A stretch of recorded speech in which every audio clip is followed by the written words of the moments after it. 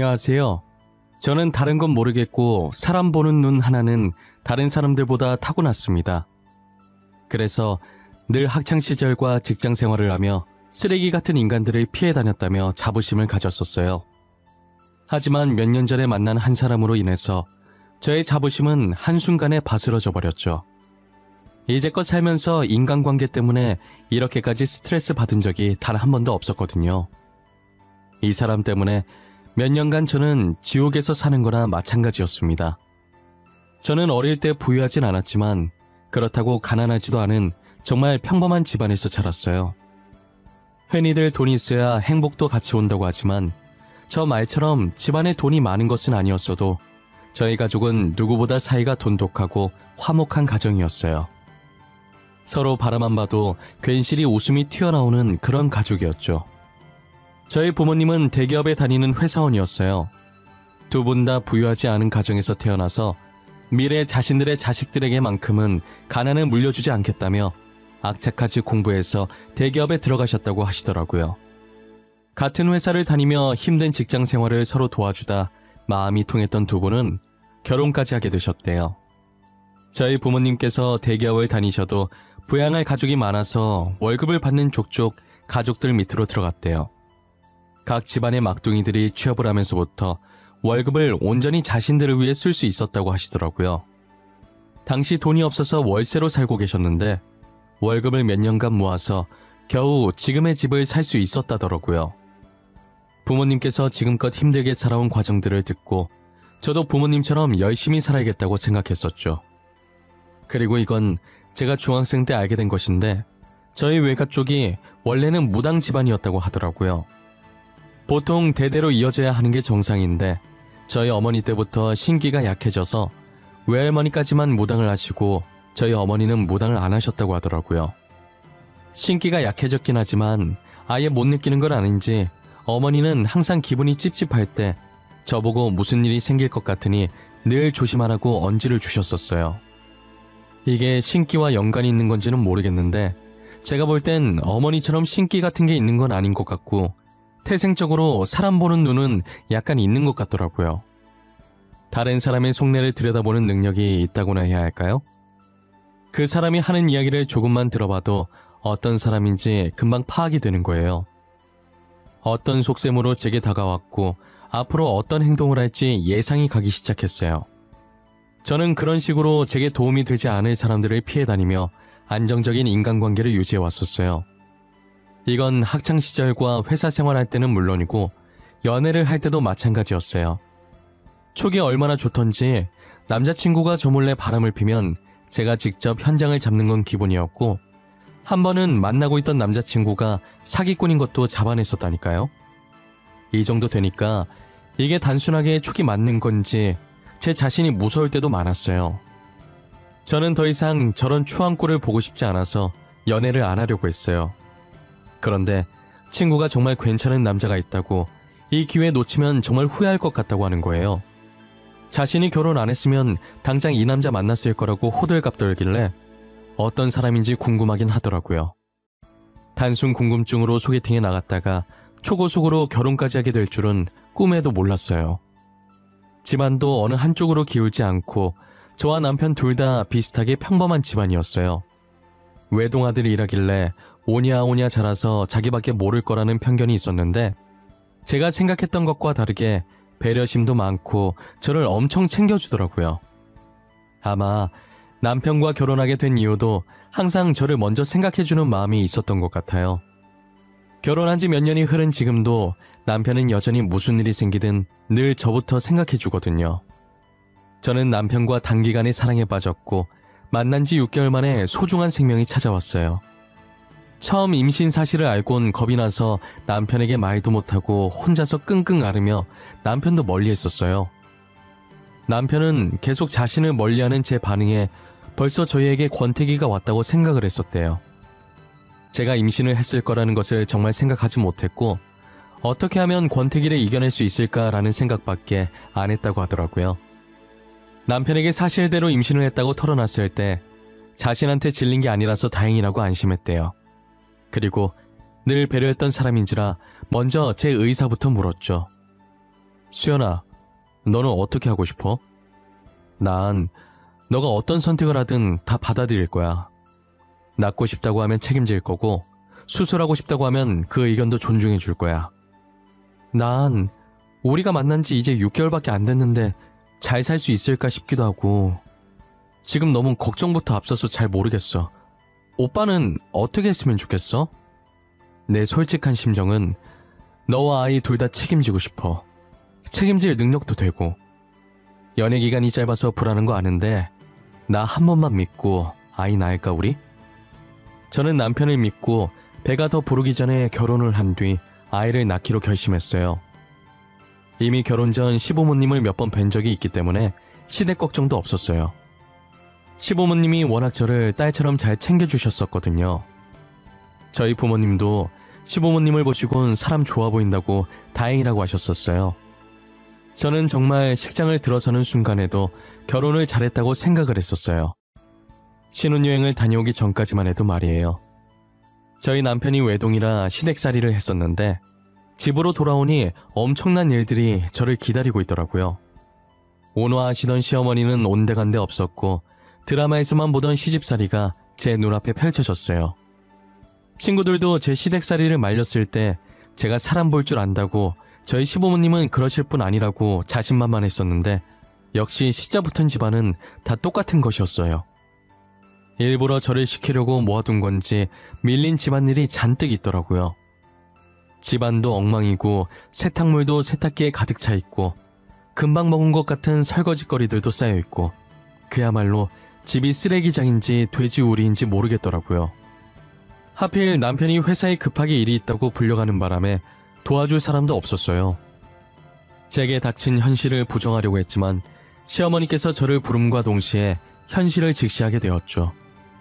정신 차려보니 제가 설거지를 하고 있었고 빨래를 돌리고 청소까지 하고 있더라고요. 임신 초기에 몸조심해야 하는데 신혼여행 다녀오자마자 집안일 한다고 몸을 쉬질 못해서 그런지 아랫배가 살짝 당겨오는 기분이 드는 거예요. 혹시나 아기가 잘못되면 어떡하나 걱정했는데 조금 누워있으니까 괜찮더라고요. 날이 갈수록 시어머니의 본성이 드러나기 시작했는데 첫날부터 저 날렸음에도 불구하고 여기서 더 드러날 게 있다니 대단할 지경이었어요. 시아버님께서는 가만히 계셨는데 시어머니께서 제게 뭐라든 말릴 생각이 없어 보이셔서 미웠어요. 제가 임산부라는 사실을 잊으신 것인지 김장을 하라고 하질 않나 제사상을 차리라고 하지 않나 힘든 일만 모조리 제게 시키시더라고요. 그것도 항상 남편이 집에 없을 때만 골라서 말이죠.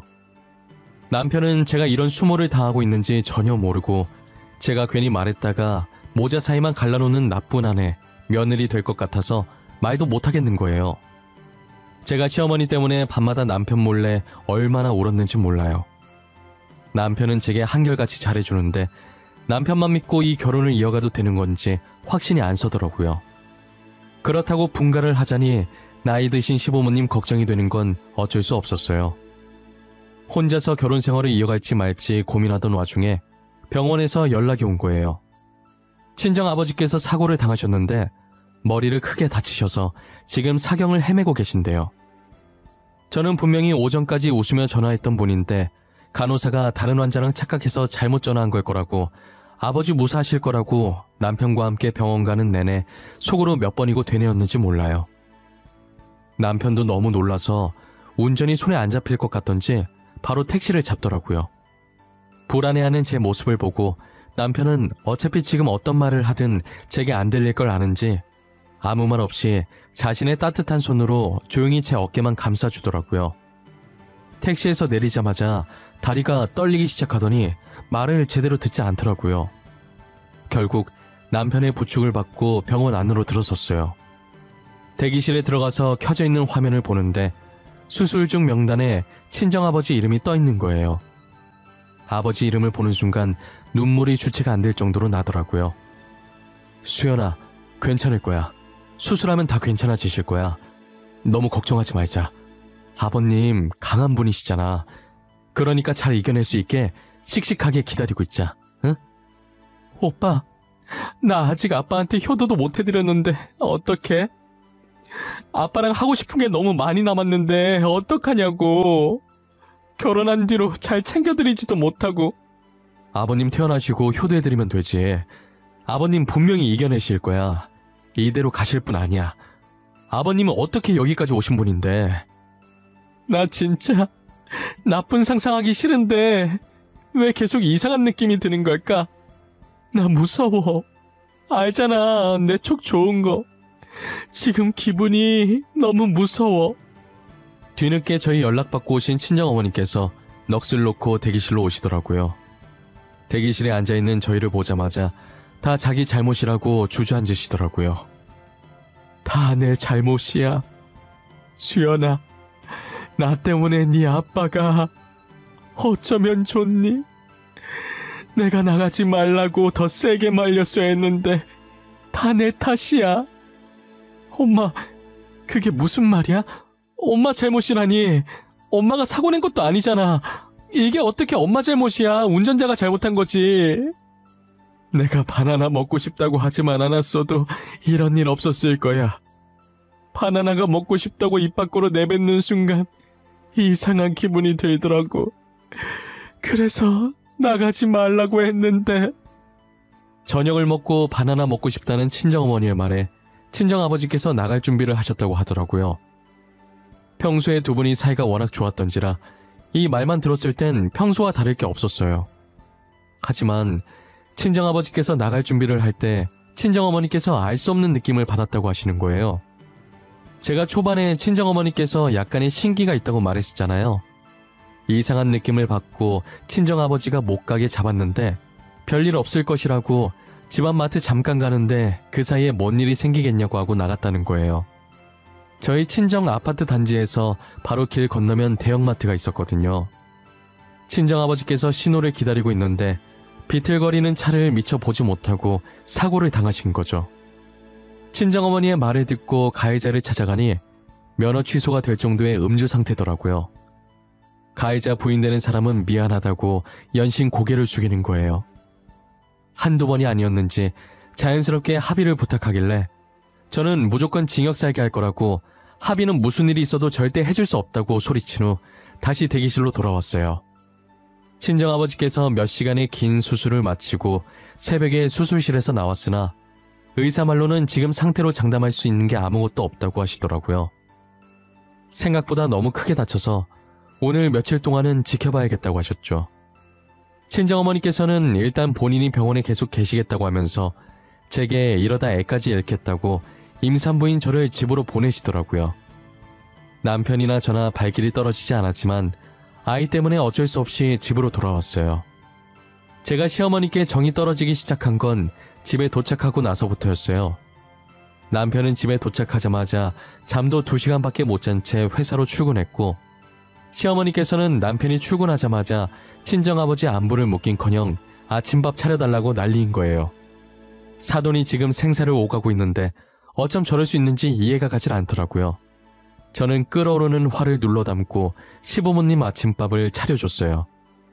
씻고 다시 병원으로 갈 생각이었는데 시어머니께서 밥 먹다가 저를 보면서 어디 가냐고 하시더라고요. 친정에 들렀다가 병원으로 가보려고요. 아무래도 짐을 조금 챙겨서 가봐야 할 것 같아서요. 설거지 때문에 그러신 거면 놔두세요. 제가 갔다 와서 할게요. 사돈 어른은 안사돈께서 잘 챙기시겠지? 너 시집간 딸은 출가 외인이다. 이 말도 모르니?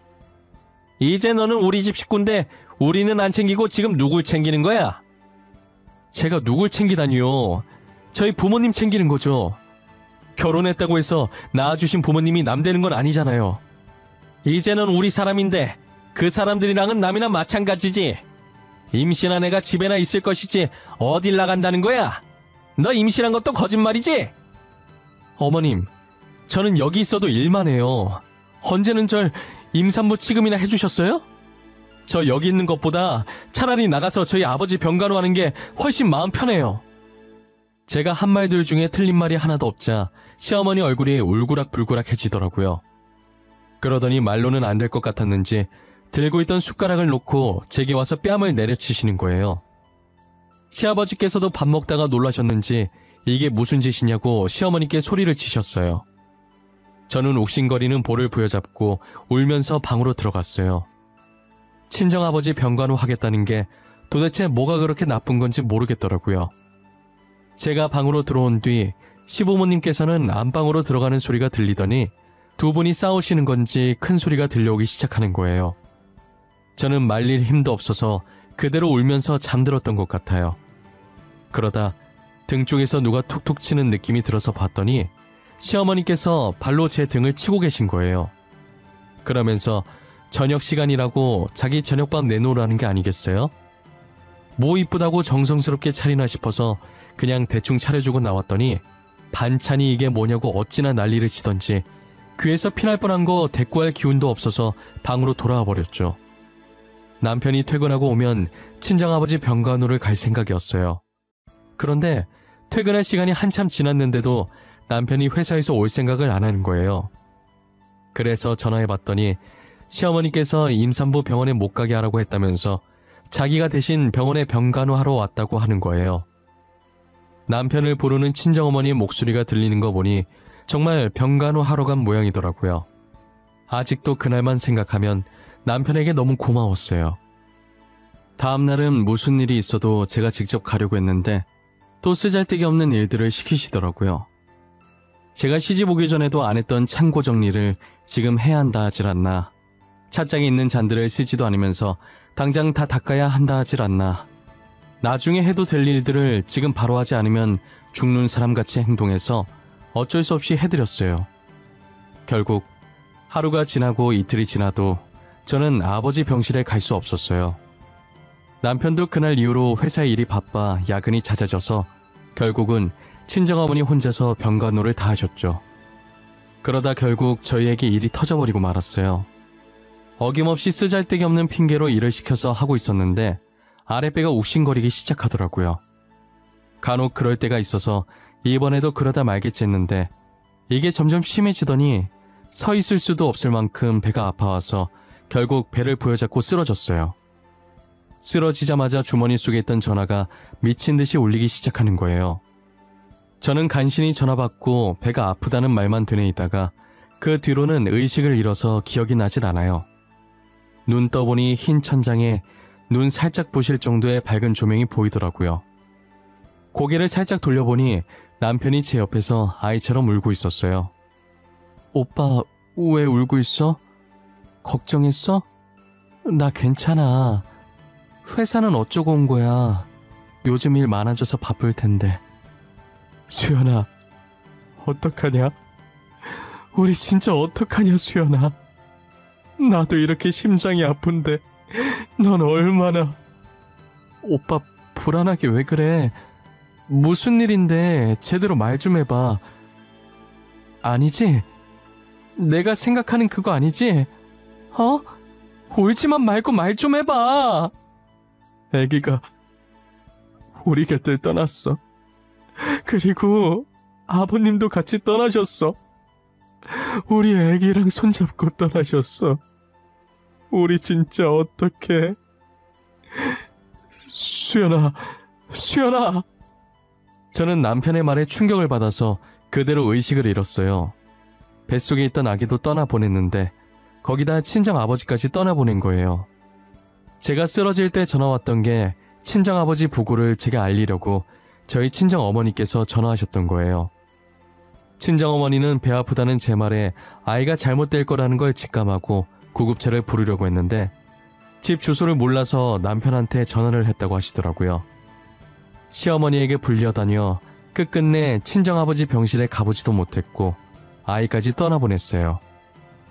저는 아직도 그날이 생각나서 시어머니를 저주하고 싶은 마음이 간절히 들어요. 친정아버지 마지막 가시는 모습도 못 본 불효녀가 저 말고 또 있을까요? 지금 이 글을 쓰면서도 다시 그 기억을 끄집어내려고 하니 많이 사무칩니다. 시간을 되돌릴 수 있다면 얼마나 좋을까요? 시어머니께서는 저희 친정아버지 장례식장에 와서도 제 속을 뒤집어 놓으셨어요. 자기가 일 시켜서 유산하게 됐는데 뻔뻔하게 제 멱살을 잡으면서 자기 손주 살려내라고 소리치더라고요. 친정어머니와 남편이 달려와 지금 뭐하는 짓이냐고 시어머니 손을 떼면서 일단락되는 줄 알았는데 그 자리에 주저앉으면서 장례식장 떠나가라 우시는 게 아니겠어요? 조문 온 사람들이 다 저희 쪽으로 쳐다보니까 결국 남편이 시어머니를 밖으로 끌어냈어요. 장례식이 끝나고도 시부모 잘못 만나 꼬이기 시작한 제 인생이 안타까워서 눈물이 멈추질 않더라고요. 솔직한 심정으로는 그 당시에 모든 걸 다 포기하고 친정아버지 곁으로 가려고 했었어요.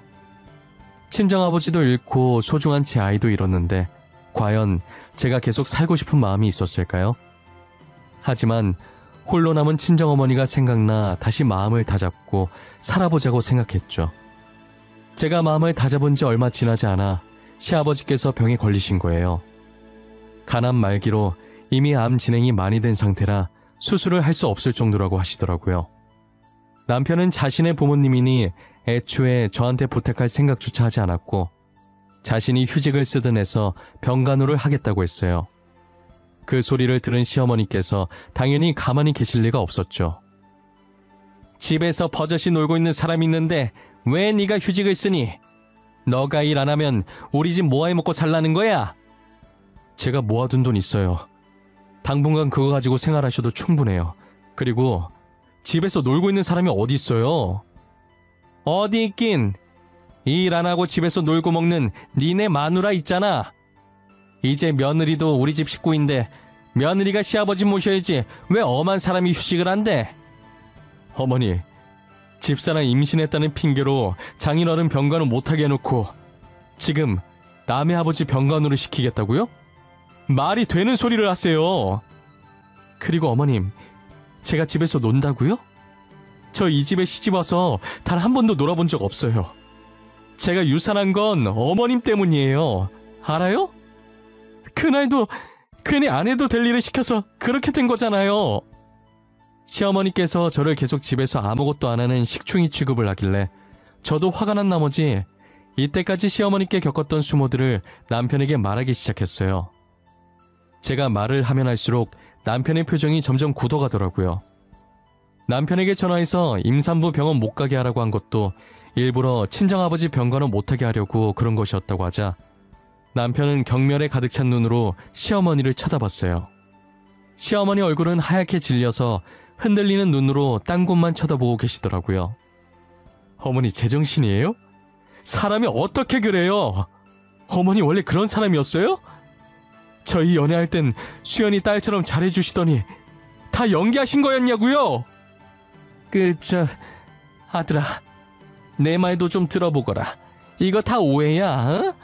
내가 딸은 출가 외인이라는 말을 한 건 맞는데 듣기 싫어요. 집사람 아끼는 마음이 걱정돼서 그러신 줄 알았는데 일부러 못 가게 하신 거였어요? 나중에 장인어른 얼굴 어떻게 보려고 이래요? 결국 어머니 때문에 저희 애까지... 어머님, 그 와중에 변명하시려고 하신 거예요? 제가 한 말 중에 과장된 말 하나도 없어요. 그리고 저희 애 어머님께서 그렇게 만들어 놓고 장례식에서 어쩜 그렇게 뻔뻔하게 저한테 그러세요?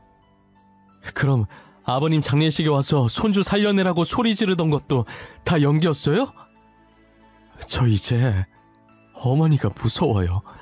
다시는 보고 싶지 않아요. 저희 분가할 거고 아버지도 어머니께서 모시세요. 남편은 그간 제가 당한 고통이 이것과는 비교도 안 되겠지만 반의 반만이라도 느껴보려고 하면서 시아버지의 병간호를 시어머니께 맡기시고 연을 끊어버렸어요. 저희는 그 길로 집에 돌아와 짐을 정리하고 분가를 해서 둘이서 살기 시작했죠. 저는 가끔씩 친정아버지와 아이가 떠나던 날을 생각하며 울었어요. 남편은 그럴 때마다 아무 말 하지 않고 저를 감싸주면서 같이 울어주었죠. 시어머니와 함께 살지 않으니 숨통이 트이는 기분이었어요. 그렇게 1년 정도 살다 보니 늘 제 곁을 지켜주는 남편 덕분에 아팠던 기억도 이젠 어느 정도 아물고 더 이상 아프진 않지만 지워지지 않는 흉터로 여전히 남아있더라고요. 모닝커피를 마시다 문득 쎄한 기분이 한순간에 저를 덮치더라고요. 저는 곧장 방에 들어가 남편에게 잊고 있었던 시아버지의 상태를 물어봤어요. 제 물음에 귀신을 속여도 저는 못 속이겠다고 하면서 웃길래 왜 그러냐고 했더니 안 그래도 방금 전화로 부고 소식 들었는데 끊자마자 제가 방으로 들어왔다는 거예요. 가끔 저도 이런 쪽으로 제 촉이 맞을 때마다 깜짝깜짝 놀라곤 해요. 남편이 저보고 같이 가겠냐고 물어보길래 시아버지께서 제게 뭔 짓을 한 건 아니지만 시어머니를 말려주시지 않아서 좋은 감정이 있었던 게 아니라 안 가겠다고 했어요. 남편은 장례식을 마치고 돌아와서는 헛웃음을 치더라고요. 아버님 잘 보내드리고 왔어? 뭐야? 거기서 무슨 일이 있었어? 왜 혼자서 헛웃음을 치고 있어? 아버지 사망보험금 있잖아. 그거 다 나한테 왔다? 원래 어머니한테 가야 되잖아. 근데 나한테 왔어. 그리고 아버지께서 남기신 재산도 다 나한테 왔다? 웃기지? 그래? 하나뿐인 아들한테 주시고 싶으셨나 보다. 어머님이랑 아버님도 사이가 안 좋으셨나 봐? 그러니까 어머님한테는 하나도 안 남기고 오빠한테 주셨겠지. 아버지께서 나랑 너한테 편지 남기셨거든? 나한테 주신 편지 읽어보는데 가관이더라. 여기 수연이 너한테 남긴 편지도 있어. 읽어봐. 남편이 제게 건넨 건 시아버지께서 돌아가시기 전에 저희에게 남긴 편지셨어요. 돌아가시기 직전에 저희에게 남기신 듯 평소 정갈하던 글씨가 삐뚤빼뚤했어요. 그동안 저와 지내면서 미안했던 감정들을 편지에 담으셨더라고요. 평소 시어머니께서 성격이 보통이 아니시라 시어머니를 말리게 되면 집안 살림이 다 날아갈까봐 시어머니께서 제게 못되게 굴어도 말리지 못했다고 하더라고요. 제가 뺨을 맞고 처음으로 화내신 날 안방에 들어가시더니 두 분이서 싸우는 소리가 들렸다고 했잖아요. 그날도 안방에 있던 물건들을 시아버님께 던지고 소리 지르고 난리가 났다고 하시더라고요. 그동안 시어머니께서 제게 행했던 행동들이 너무 못돼서 가남이라는 소식을 듣자마자 사망보험금과 전재산 수령인을 남편에게 돌려놨더라고요. 그리고 그 돈을 저와 남편이 반반씩 나눠 가지라고 자신이 주는 처음이자 마지막 용돈이라고 하시면서요. 저는 그 삐뚤빼뚤한 편지를 읽고 엄청 울었던 것 같아요. 시아버지 장례식에 갈 걸 그랬다며 후회하기도 했었죠. 저는 시아버지의 편지를 읽고 울기 바빴는데 뒤이어 들리는 남편의 말에 울음이 쏙 들어가더라고요. 시아버지께서 남편에게 남긴 편지 내용은 정말 기가 막혔어요. 시어머니께서 시아버지를 제대로 돌보지도 않았고 생각보다 시아버지께서 오래 살게 되자 입에 담을 수 없을 악담을 퍼부었다고 하더라고요. 남편이 영 끊기면서 생활비도 끊어버리자 돈이 없다며 사망보험금을 자기한테 달라고 했다는 거예요. 이게 죽을 날 받아놓은 사람에게 할 소리냔 말이에요. 저는 남편의 말에 믿기지 않아서 직접 편지를 봤는데 진짜 열불이 나더라고요. 남편도 진작에 영 끊길 잘했다고 더 이상 어머니 없는 셈 칠 거라고 하더라고요. 어떻게 사람의 탈을 쓰고 아픈 사람에게 저런 말을 할 수 있을까요? 제가 아무리 이해해보려고 해도 절대 이해할 수 없는 행동이었어요. 시어머니께서는 가족들 다 등 돌린 지금 혼자 남아서 본인이 무엇을 잘못했는지 곰곰이 생각해보고 지난 날들을 반성했으면 좋겠어요. 시간이 참 빠르게 지나간다고 느끼는 게 벌써 시아버지께서 돌아가신 지 3년이 되었어요. 3년의 시간이 흐를 동안 시어머니께서 뭐라고 지내시는지는 아무도 몰라요. 저희 가족도 시아버지께서 주신 돈 가지고 다른 곳으로 이사를 가버렸거든요. 현재 저희 부부는 친정어머니를 모시고 3명이서 살고 있어요. 고맙게도 남편이 먼저 같이 사는 게 어떻겠냐고 제안을 하더라고요. 저는 시부모 복은 없었지만 남편 복 하나는 정말 좋은 것 같아요. 그동안 저희에게 다시 찾아온 인연이 없었는데 며칠 전에 병원에서 기쁜 소식을 들었어요. 4년 만에 제 뱃속에 새로운 생명이 자리 잡았다는 소식을요. 저희 곁을 잠시 떠났던 아이가 4년 동안 길을 잃어서 이제서야 다시 찾아와 준 거라고 생각하려고요. 이제 나쁜 기억들은 다 잊고 제 곁에 남아있는 사람들과 좋은 추억 만들어 나가려고 합니다. 이 사연을 보시는 모든 분들도 저처럼 힘든 일이 있더라도 이겨내시고 좋은 일들만, 웃음이 가득한 일들만 가득하시길 바랍니다. 감사합니다.